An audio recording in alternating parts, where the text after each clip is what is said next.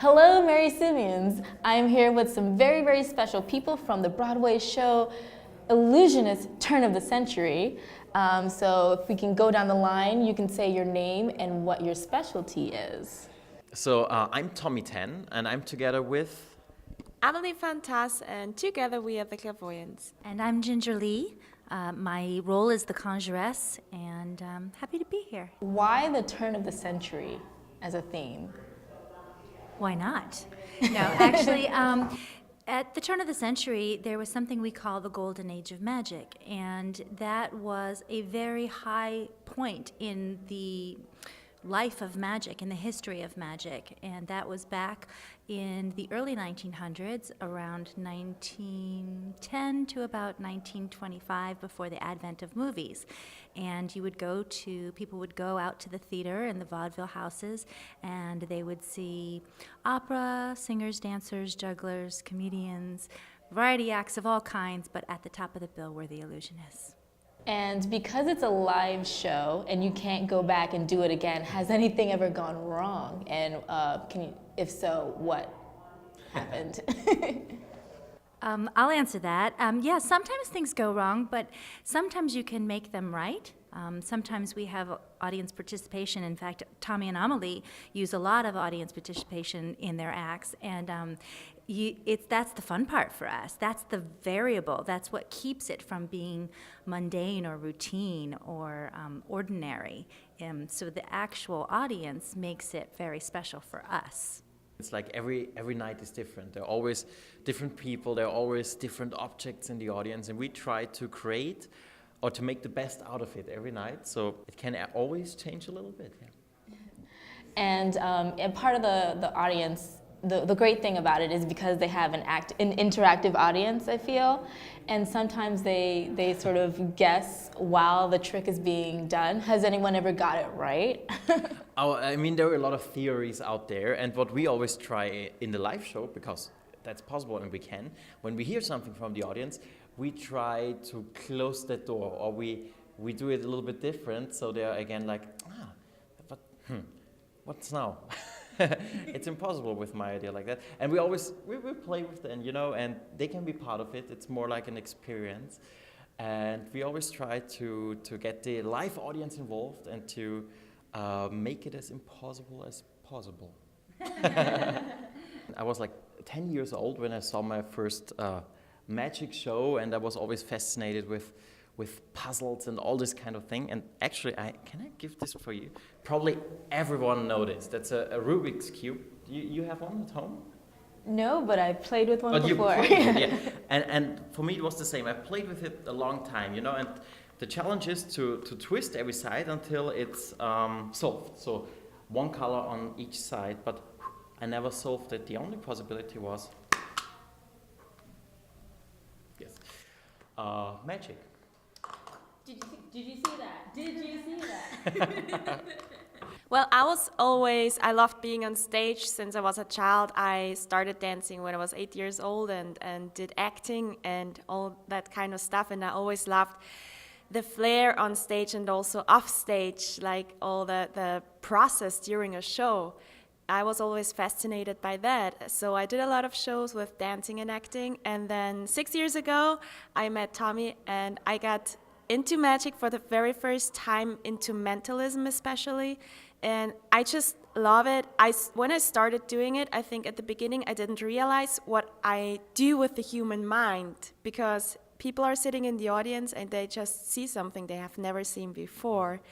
They're completely fascinated, and I love this feeling so much that I can create something like that with a human being and bring them away from their everyday life worries or, stressful times nowadays. And they just are in the theater and enjoy a magical show. And when I can create that, that's completely magical to me as well. So that's why I love doing what we do. Similar to Amelie, I started very young, singing and dancing. I was always in the theater. I actually grew up in the New York area, so I moved out west and then traveled the world after I graduated from school, but my roots are here in New York, so being on Broadway was always a big dream for me. And I thought that I would get there some way, some shape or form. I just didn't realize it would take me doing 25 years of magic to get there. So I got into magic about 25 years ago, and I've seen magic evolve. And but the reason, what attracted me to magic was that more than any genre of entertainment, I felt like I had the utensil or the tool to create an emotional bond with the audience, something that was deeper than just song or dance. I mean, music definitely touches the heart, and so does, a certain amount of dance, but with magic there was another layer, there was another tool, another level to how you can create the emotion for people and that sense of wonder that you can make them feel. So that's why I enjoy it. Do you find that there are a lot of women in the magical world? Because we do hear a lot about the men, but... Yeah, you know what? There are now more women than ever before, just as in any other male-dominated field.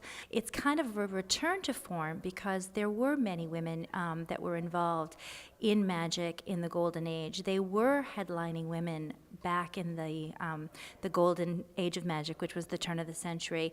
And they may have come to magic in a slightly different way through their fathers or their husbands, but they became well-known headliners and made names for themselves because of their accomplishments in the arts. So if you look back into the history books of magic, you'll see many females listed. We will try something with you. You're trying me? Okay, but before we do that, we brought something with us, a blindfold. I would love to give you the blindfold. And can you check out, it's just an ordinary blindfold, there's nothing hidden, nothing inside, no holes. Solid. No flat screens, no Wi-Fi connection, nothing like that. It's just fabric. Oh, can you do me a favor? Can you hold it against your eyes? Okay. Just to confirm, we really cannot see. 50 Shades Gray. Perfect. All good? Yeah, it's solid. Also, Thank check you out so my much. ears, that there's nothing, no antennas coming out of them. Very lovely ears I'm seeing here. Thank you so much.